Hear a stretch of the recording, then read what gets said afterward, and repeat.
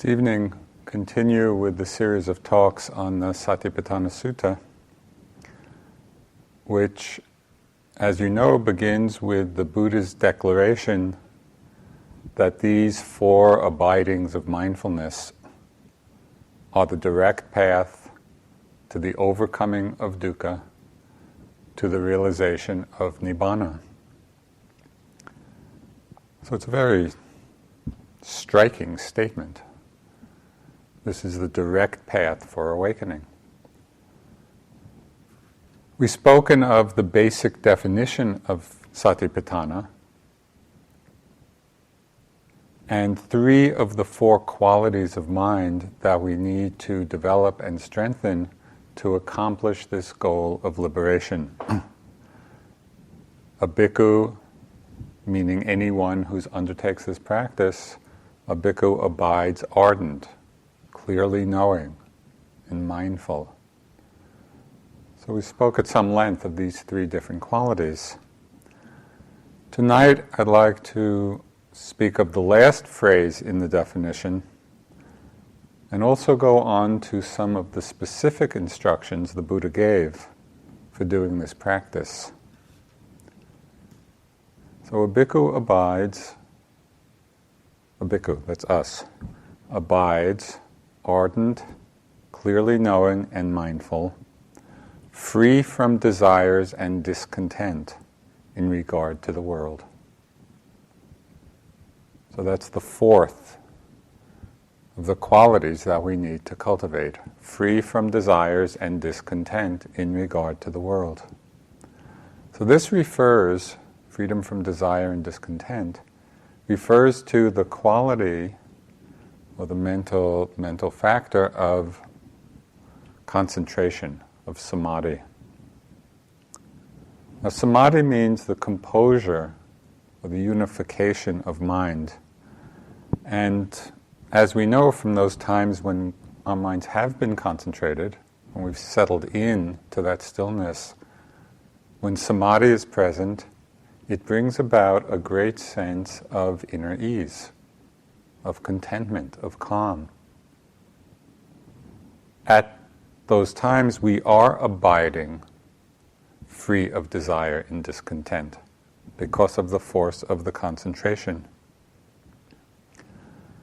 There are different ways of developing and strengthening this quality of Samadhi. Ajahn Sucitto, who many of you know, disciple of Ajahn Sumedho and an abbot of one of the monasteries in England, he described the development of Samadhi, described it as developing naturally, enjoying embodied presence.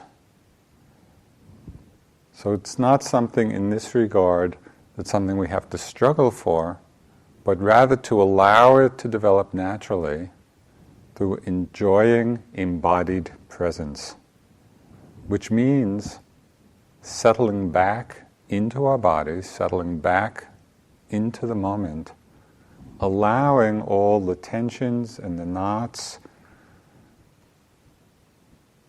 all the stresses of the body naturally unwind, naturally unravel.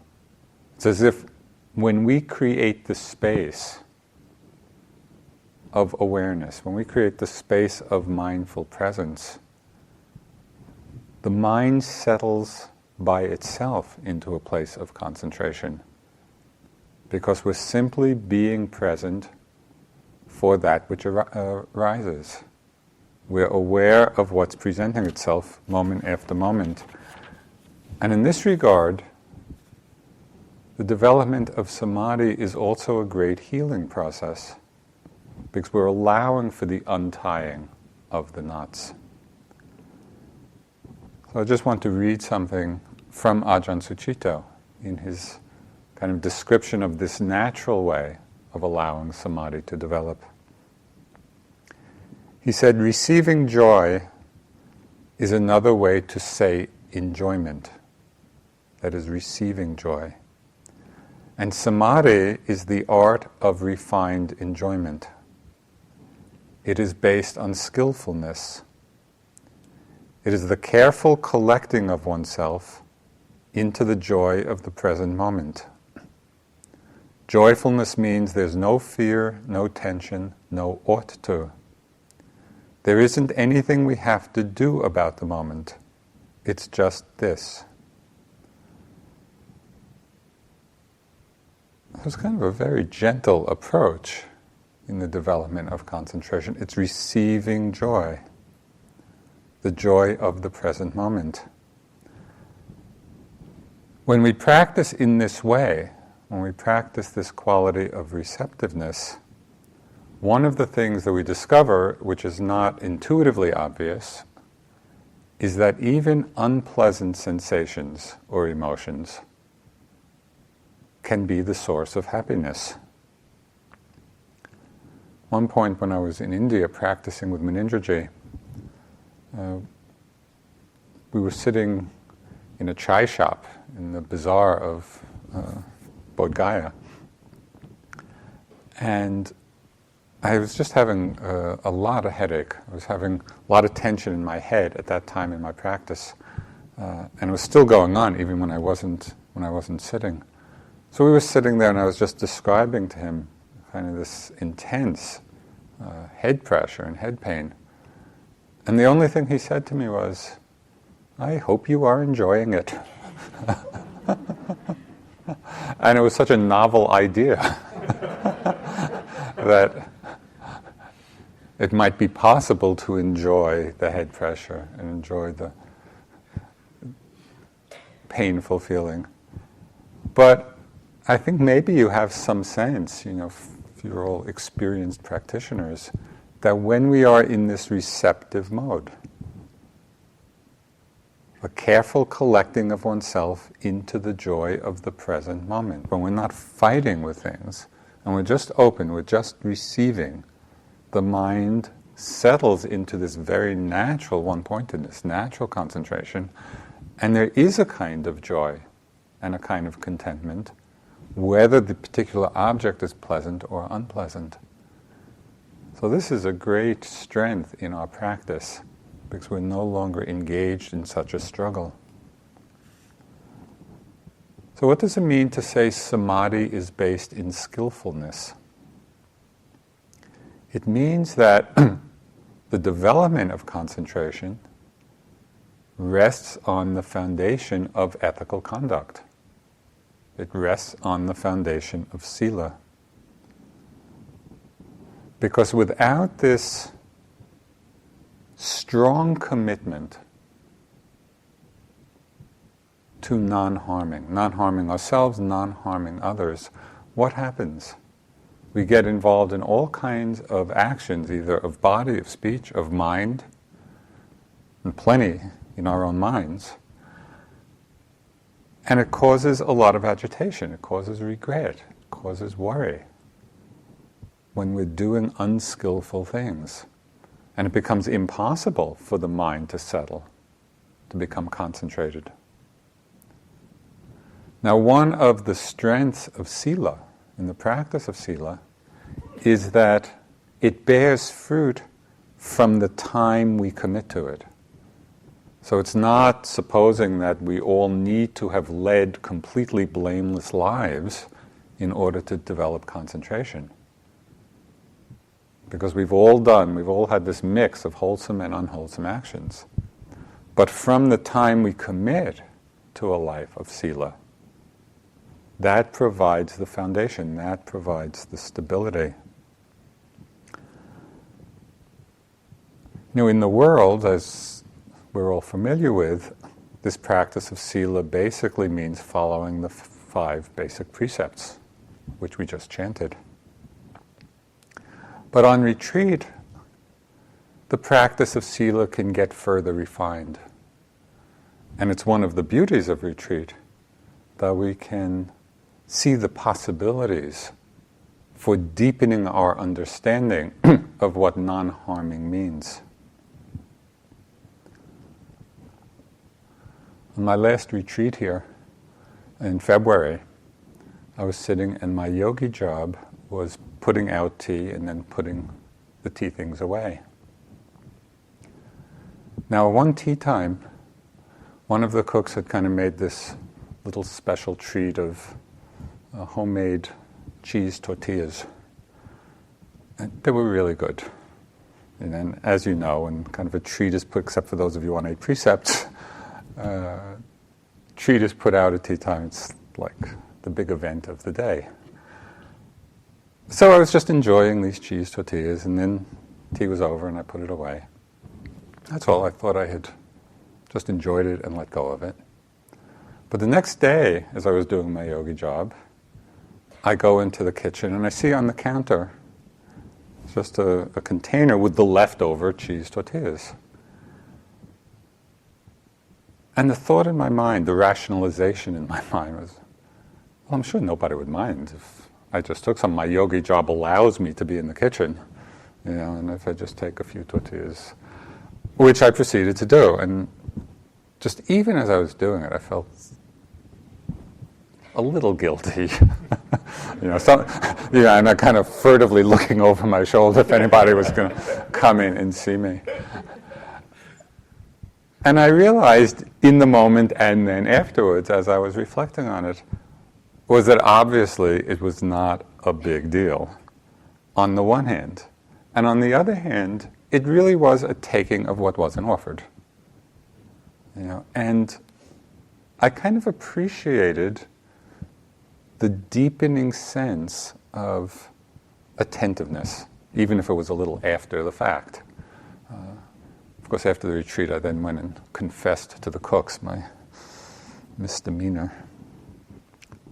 So, refinement of sila. There's another example of how we can work with it in the ongoing saga of the window wars. People have different desires, different needs. Some people like the windows open. Some people like the windows closed. It took us 20 years at the retreat center to figure out kind of policy that seemed to work somewhat, right? Some kind of compromise which allowed for the varying needs. So I think it's helpful in a communal situation like this to consider the fact that our own needs and desires are not necessarily paramount. They're part of the mix, but they're not the whole mix. And so to work with whatever kind of the policy is now and whatever it might evolve into, through your input, you're welcome to offer your suggestions along the way to the staff, not to each other. But the deeper meaning of it is that it means that we take care with our actions. Are we harming ourselves? Are we harming others? Even in the way of just causing a lot of agitation, a lot of thought. Can we give certain things up? Tell a little Sarah story. After my retreat here, we all have our food preferences. Well, I really like the green olives a lot better than the black olives, that are put out. But the time that I was here, for some reason, like almost all the time were the black olives.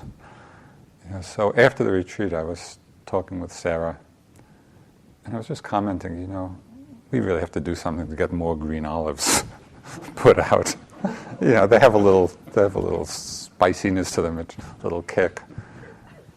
And she just looked at me with, I hope, compassion and great wisdom, and said, Joseph, you're going to have to give up a lot more than olives.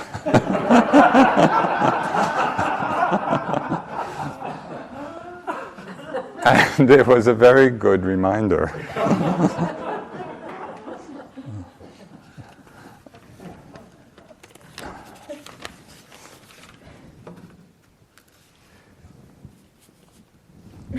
So with this foundation of sila, and again, in the obvious ways of the precepts, but in the more refined ways that we can really work with when we're on retreat, the mind more easily settles into this happy, relaxed state, which is, the happiness is the proximate cause of concentration.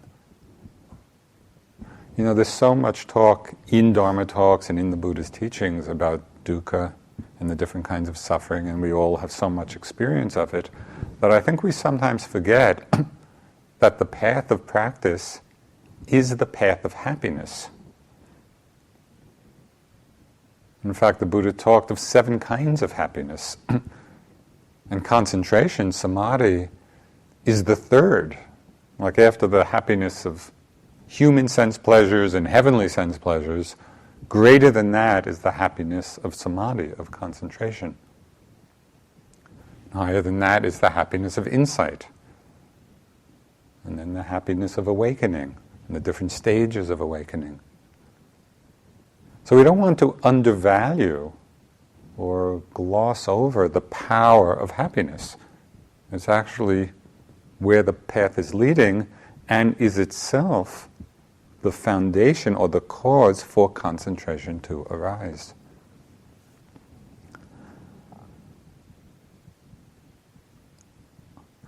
So we establish the foundation of sila because it creates a kind of ease in our mind, a kind of happiness in our mind. On the basis of that, we develop the concentration through the continuous presence of mindfulness, of well-established mindfulness. That's how we develop concentration, through the continuous presence of well-established mindfulness. And we do this in one of 2 ways. The first is through a directed awareness onto a particular, a single object.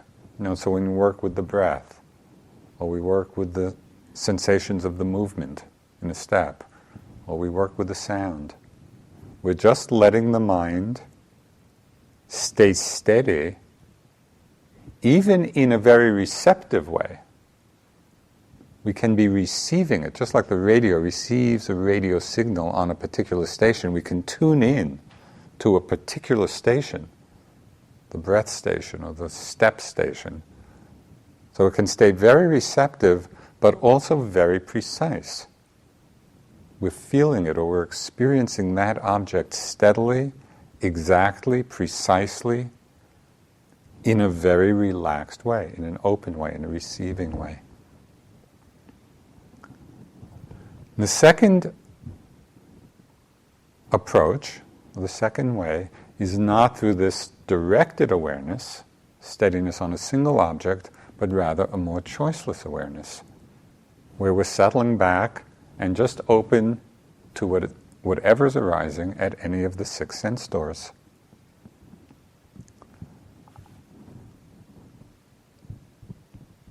The mind can get very concentrated on changing objects. You know, and that kind of samadhi is called Kanika, or momentary samadhi. Our practice is the skillful interweaving of these 2 approaches. It's not one or the other. We want to use directed and undirected, or directed and choiceless awareness, interweaving them in our practice. And the Buddha recommended this interweaving. Now, in one sutta, he said that it's good to focus on a single object when the mind is either sluggish or distracted. Because by developing the one-pointedness, the concentration on a single object, it allows the mind to come back to that place of calm, that place of serenity, kind of a space of internal joy. And so then when the mind is collected, again collected, we open it up to a choiceless awareness. Now, some of you are doing jhana practice, and that's just one way of developing the one-pointedness, and then using it. You can use the jhana practice to then open up in a choiceless way to all the changing objects. But for any of us doing our practice, whether it's the formal jhana practice or not, we can get a very intuitive feel. When do we need to be one-pointed on a single object? When do we open up? And to begin to trust that movement, that flow between the two. I mean, there's one simple guideline. If one approach is not working, try the other one. And just see, okay, which is appropriate now. But I want to add an addendum to that. Even when things seem to be working, right? When the mind does seem concentrated and it's effortlessly flowing, it's still helpful to alternate between the two because it strengthens the concentration. It stabilizes the concentration. So really play with these two approaches. When I first went to India after the Peace Corps, and after wandering around looking for a teacher and ending up in Bodh Gaya with Munindraji, I had no concentration at all. Just my mind very distracted with a lot of thought. I loved to think about things and spent a good deal of time doing so. But over the years, over the many years of practice, there have been a few particular things that really helped me in the development of samadhi as a mental quality.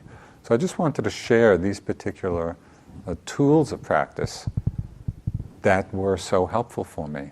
And you can play with them and experiment. Many of them you have been working with, I'm sure. A very big help was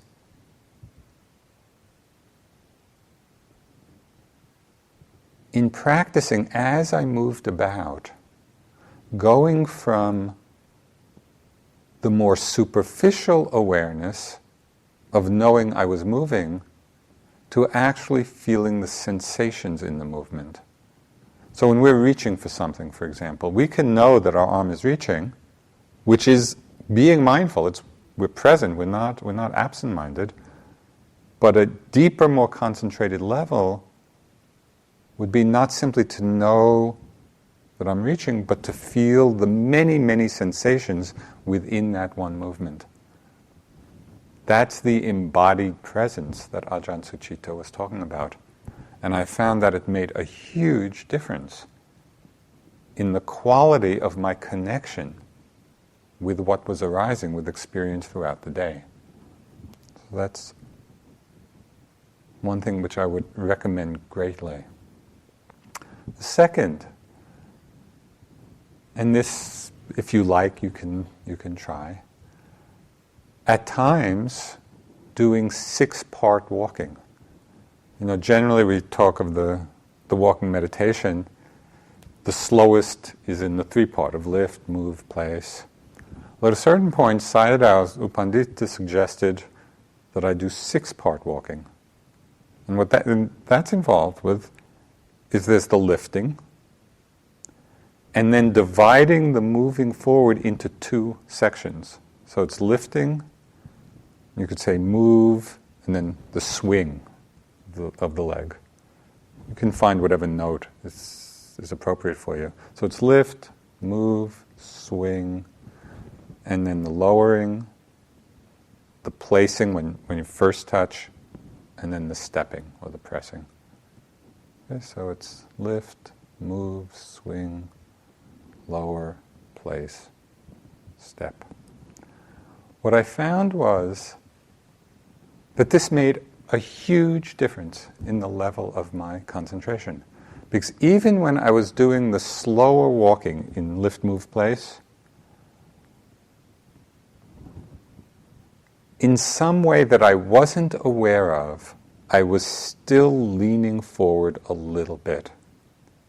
I was kind of lifting in order to get to the end. And I wasn't aware of it. I thought I was really being mindful and present. When I did the 6-part walking, it just helped me drop back, settle back more completely. It's just something to play with, a possibility for you. Practicing the mindfulness of small things, the movement of one's hands, the shifting of posture, the mindfulness of intention. It takes a lot of mindfulness with the subsequent deepening of concentration to really pay attention to the intentions. So just as a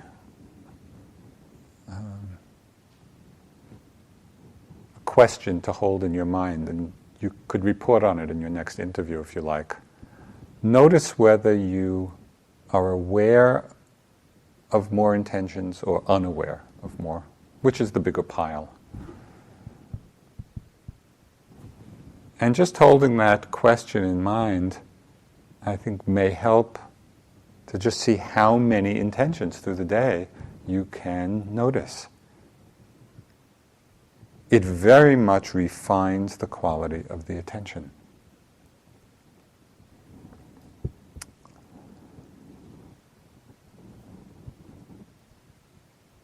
A technique that Goenkaji used, which was very powerful, at times difficult, but tremendously strengthening of the samadhi, was what he called vow hours. Where certain hours during the day we would take the vow not to move. Let me die, I'm not going to move. And sometimes it felt like one was dying. But the strength of that intention for stillness made all of those small movements and adjustments that we normally do, which can be distracting in a certain way, it just stilled it. And a result was that the mind got very, very concentrated. Well, in our upper middle path mode, we've softened it a little bit and really make it as a sliding scale of vow. If you want to do a vow hour, great. If you want to do a vow 45 minutes, a vow 30 minutes, a vow 15 minutes. Just to start playing with whatever time frame feels like it will be challenging and doable. Work with it. See what happens with that intention.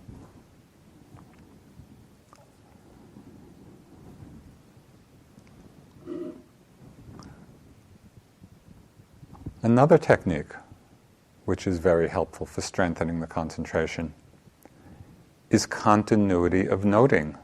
Now, some of you may use the noting practice quite regularly, others may not use it at all. For those of you who are not using it particularly, you might just take 10-minute periods, 15-minute periods, occasionally through the day, and just note everything in that 10 or 15 minutes. You're opening a door, intending to reach, reaching, touching, pushing, lowering, stepping. That kind of continuous noting. Even doing it for 10 or 15 minutes at a time, several times a day, will reveal a lot about the quality of your attention, of your mindfulness. And it's a way of just dropping in to a more continuous presence of mind. It can be done with tremendous lightness. It doesn't have to be done with a heavy hand.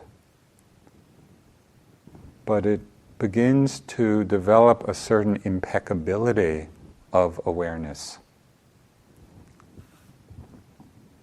Okay, so these are just some of the things that over the years I've practiced at different times, all of which were helpful.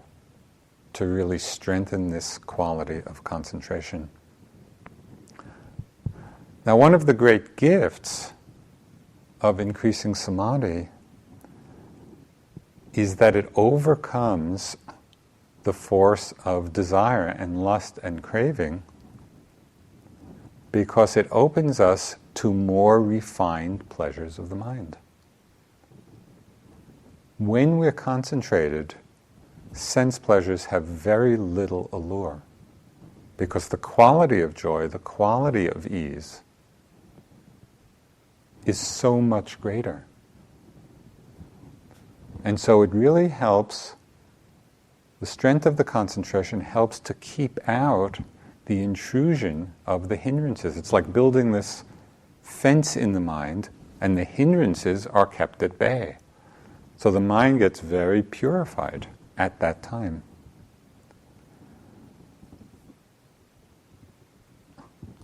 As we practice, and as the default level of concentration in our mind increases, and this is what happens, and it's one of the joys, I think, of reflecting back on our practice over many years, because I've certainly seen it in myself, compared to how my mind was when I began. And we see that the basic level of concentration that we live with, not only on retreat but in the world, actually increases. And so we live in the world from a place of much greater peace, much greater ease.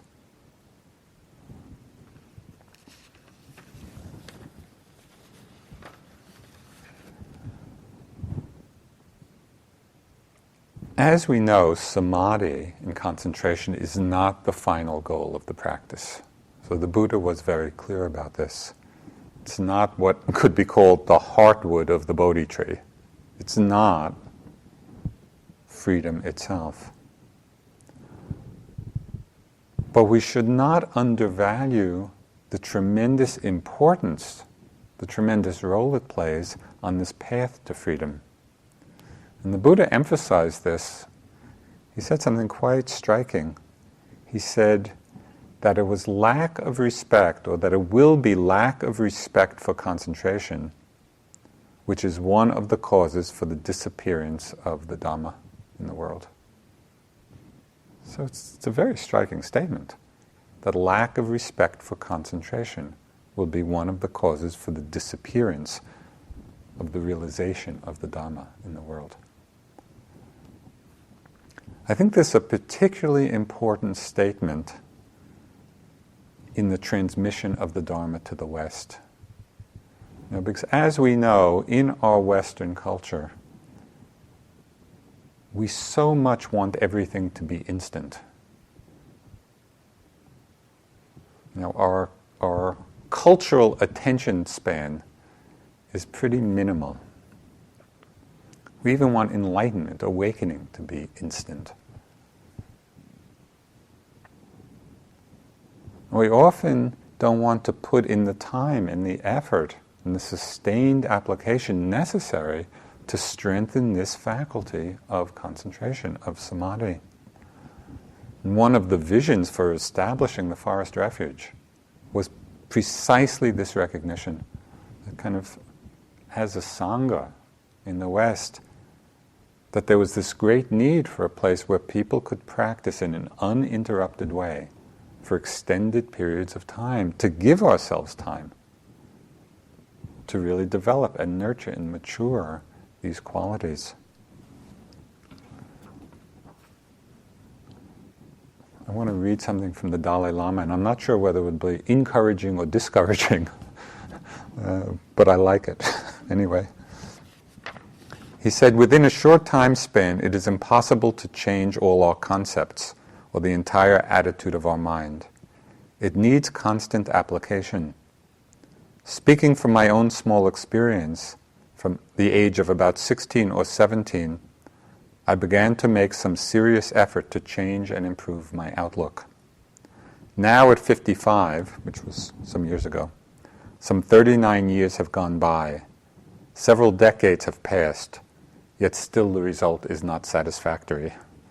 We do have to struggle and to work hard, and that is the reality.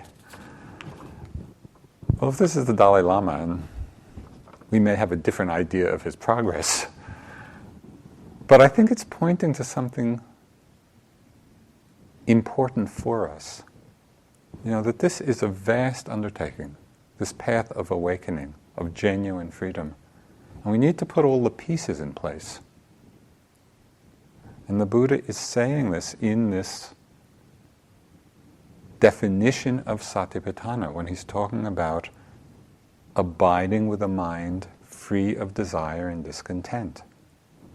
That means with a mind that has established itself in concentration. So this completes, for now anyway, the part on the opening declaration. This is the direct path for the realization of Nibbana.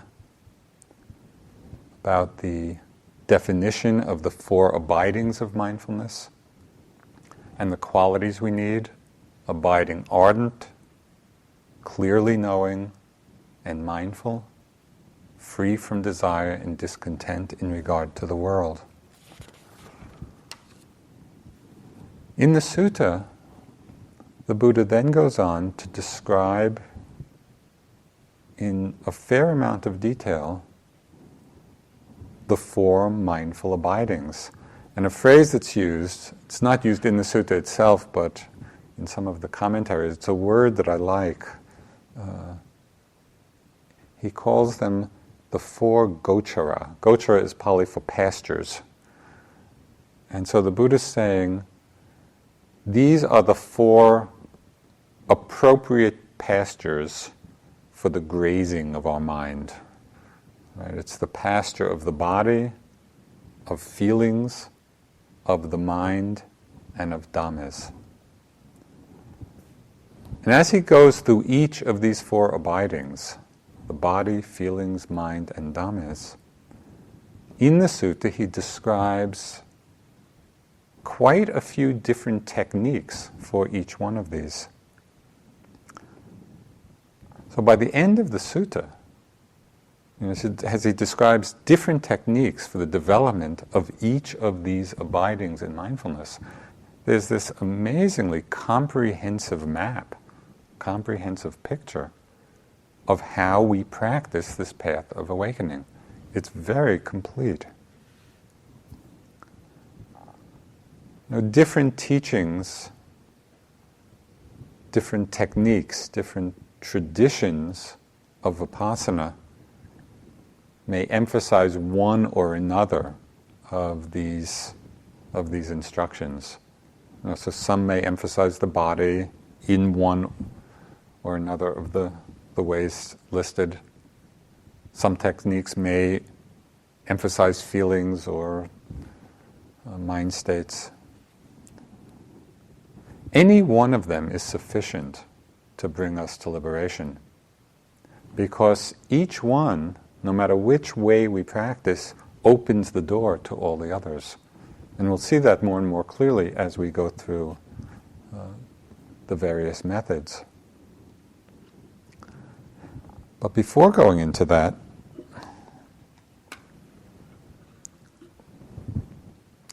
there's one other element of the sutta that stands out by virtue of its frequency of repetition. And that is a refrain that occurs 13 different times. The same refrain occurs 13 different times in the sutta, and it follows every specific meditation instruction. So it's worth paying attention to this refrain. The Buddha is saying, this is how you practice in each of these four abidings.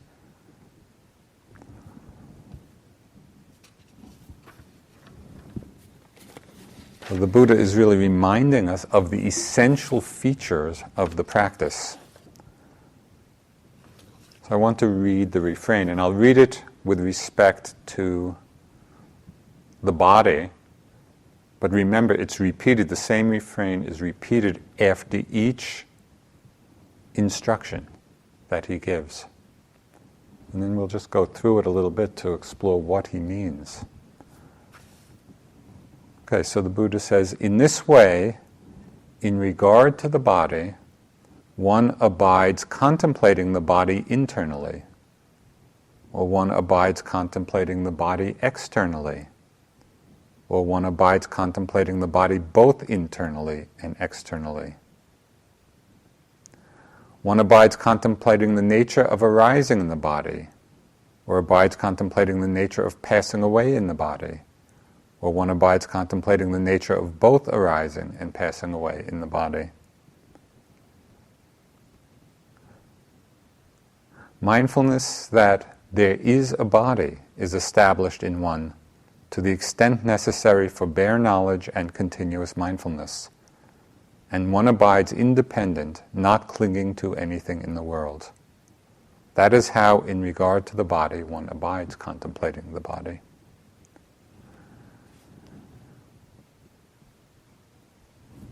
The reason that I've enjoyed going through the sutta in this way is because, as I mentioned early on, for myself anyway, in reading this, could easily just have my eyes glance over this paragraph because it's so repetitious. Okay, he said that, let me go on. Contemplating the body internally, contemplating externally, contemplating both internally and externally. And it's so easy not to pay attention. What does this mean? The Buddha's saying something here, and we need to really understand it.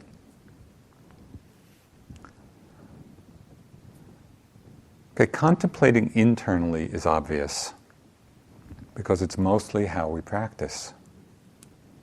It's the present moment awareness of what's arising in the mind, in the body.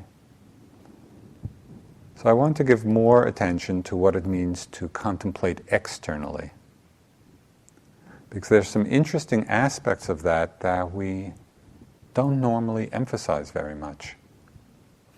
We don't make explicit.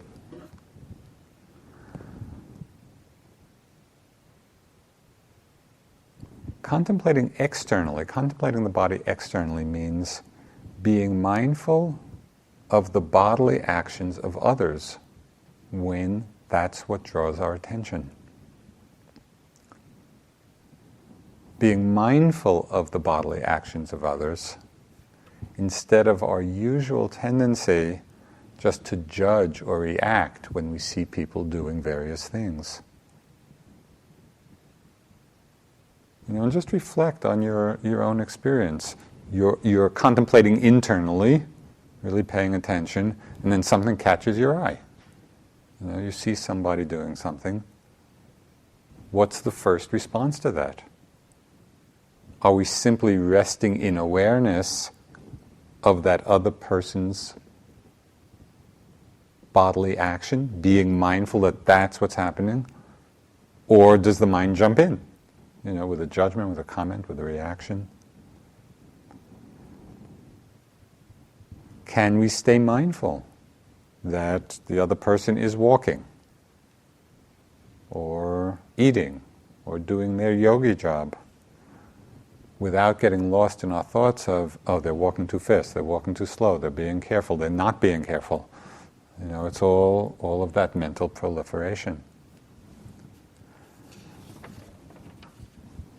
There's one very ironic and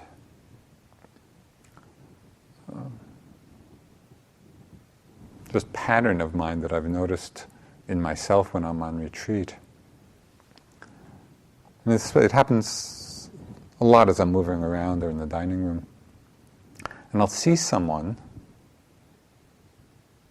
and my mind will jump in with some comment about how they're not being mindful, at least what appears to me that they're not being mindful, totally missing that in that very moment my mind is doing what I'm commenting about the other person.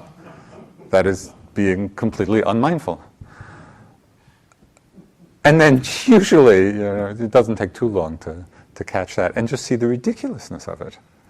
That the mind's just jumping in, losing its own continuity of awareness, its own presence of mind in the comment, in the judgment.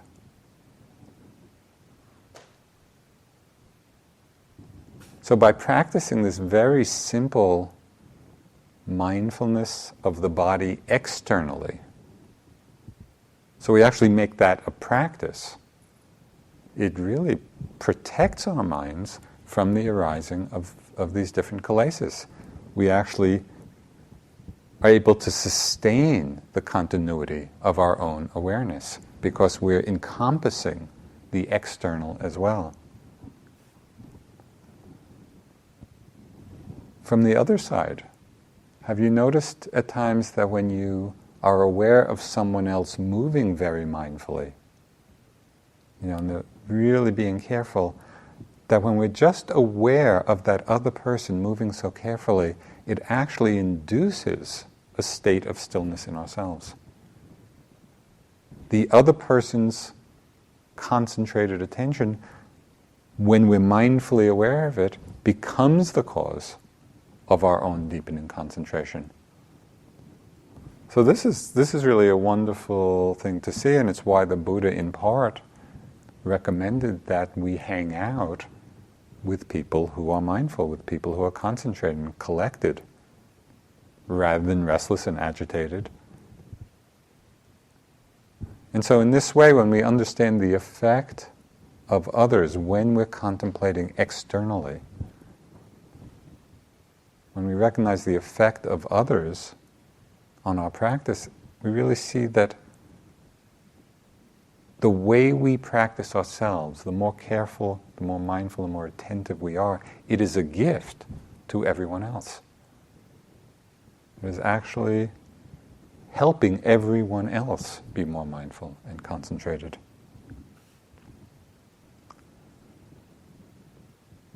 There's another example of mindfully attending to the actions of others, and this is verbal actions. And this particular teaching has been extremely powerful for me because it's a way of understanding both how our minds react to the verbal actions of others, and it points to other possibilities.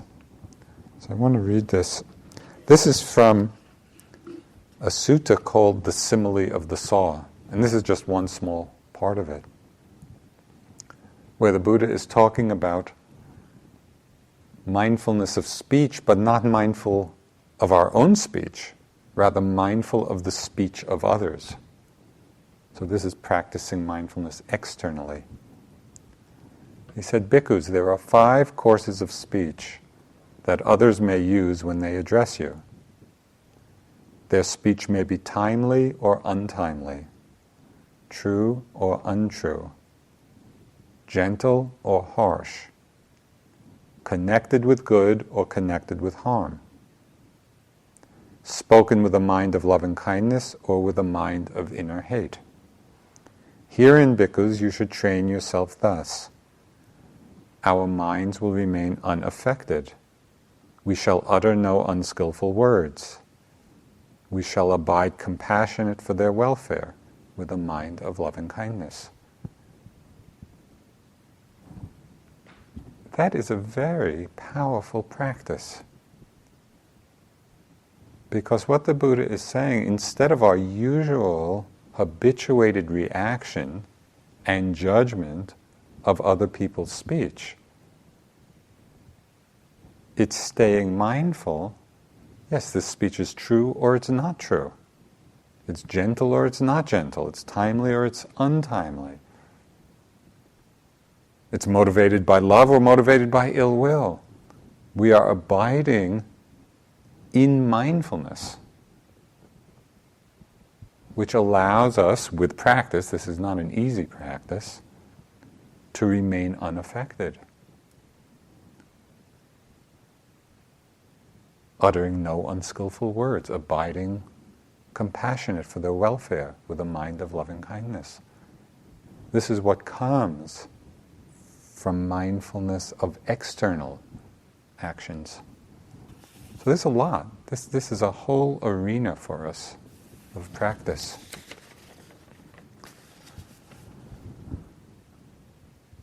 And just as with bodily or verbal actions, we can also contemplate feelings internally and externally, feelings and mind states.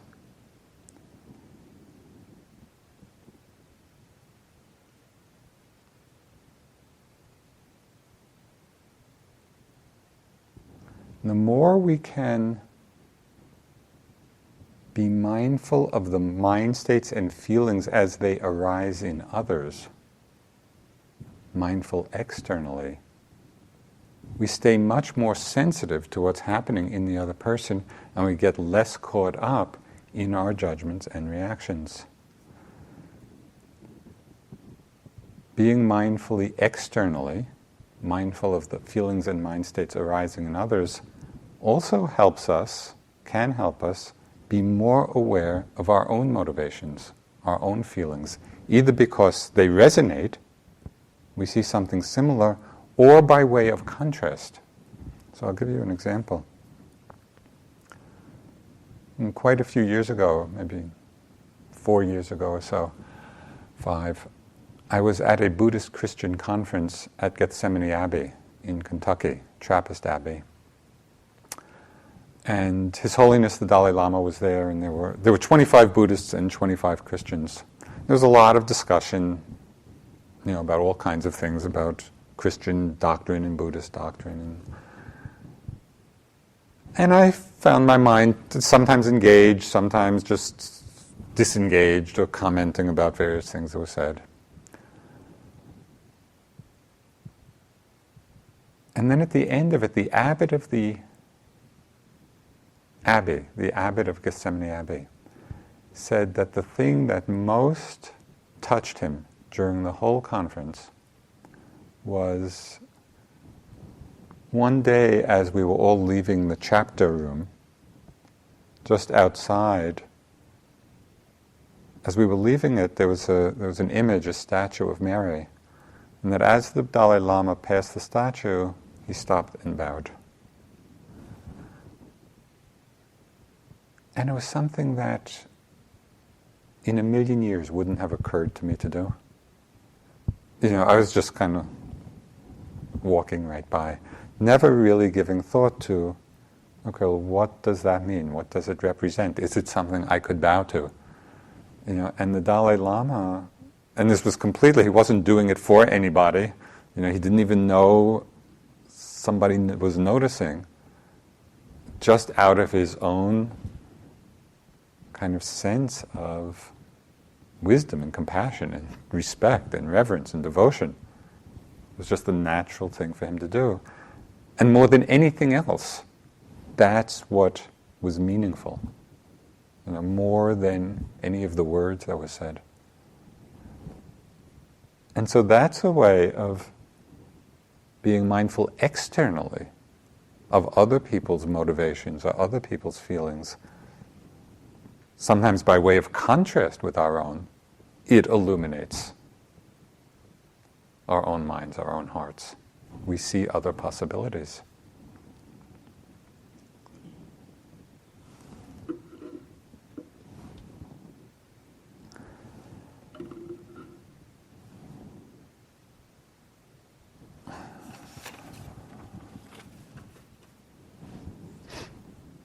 This emphasis on being mindful internally and externally really helps to keep things in balance, because we don't become so self-absorbed or self-centered in our practice.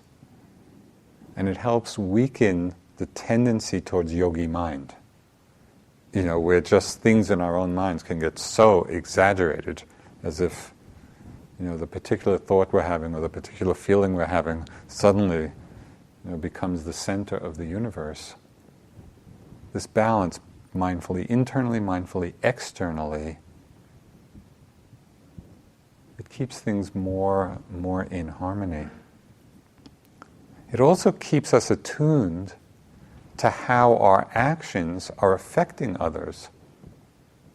Because there's a danger, especially in a situation like this where there's so much emphasis on being mindfully internally,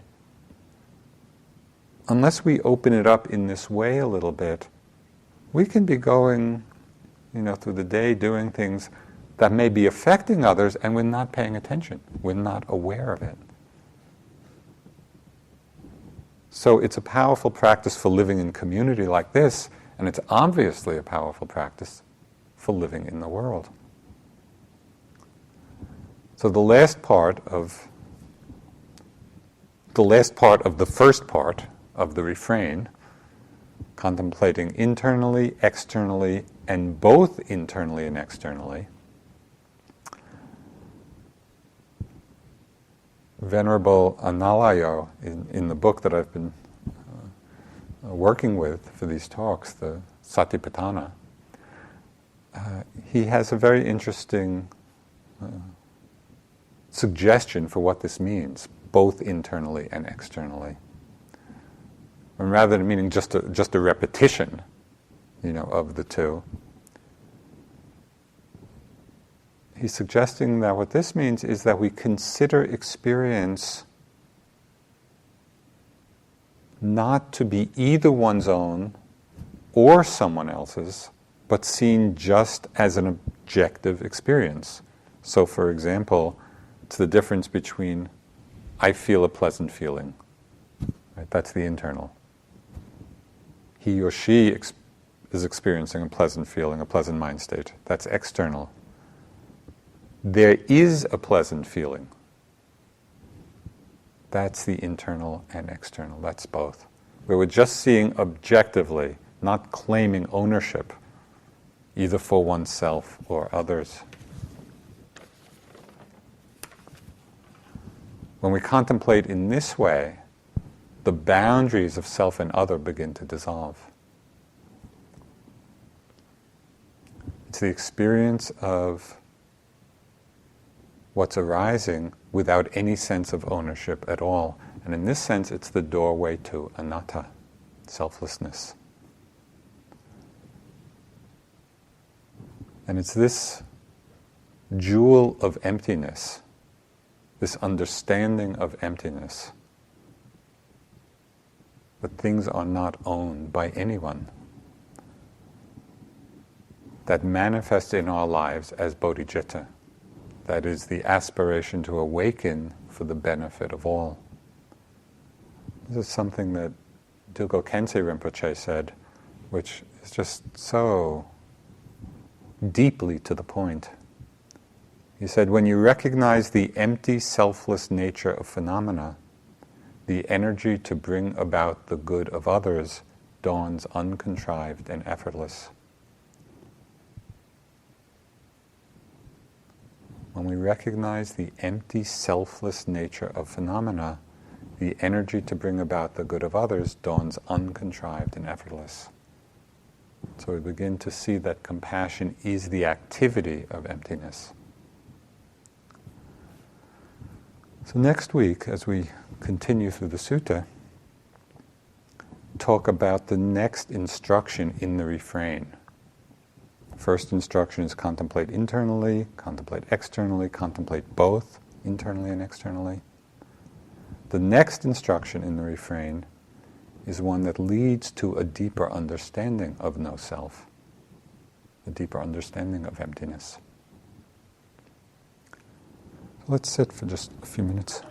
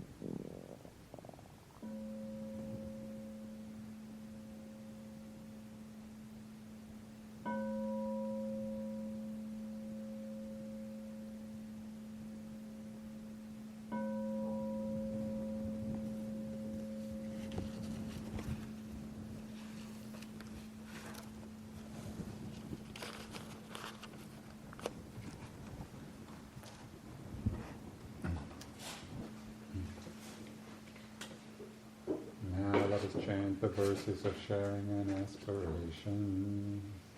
Through the goodness that arises from my practice, may my spiritual teachers and guides of great virtue, my mother, my father, and my relatives, the sun and the moon, and all virtuous leaders of the world, may the highest gods and evil forces, celestial beings, guardian spirits of the earth, and the Lord of death, may those who are friendly, indifferent, or hostile, may all beings receive the blessings of my life.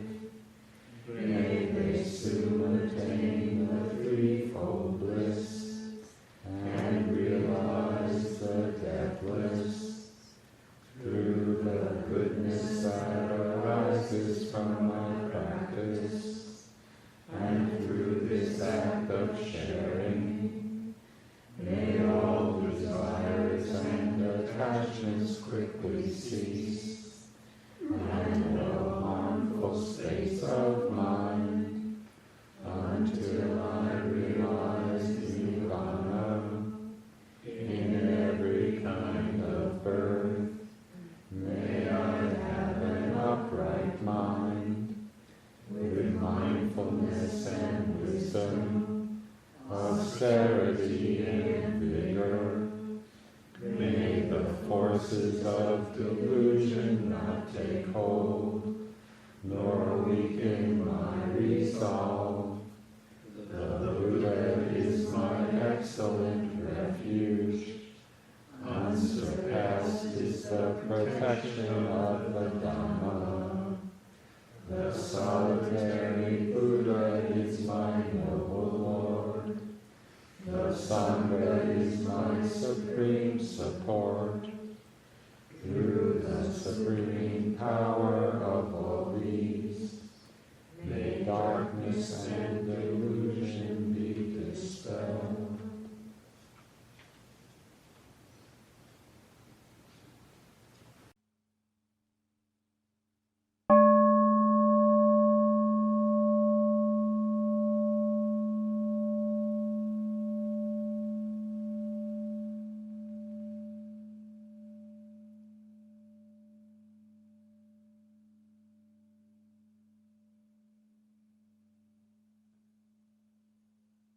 This talk was given by Joseph Goldstein at Forest Refuge on April 21, 2004.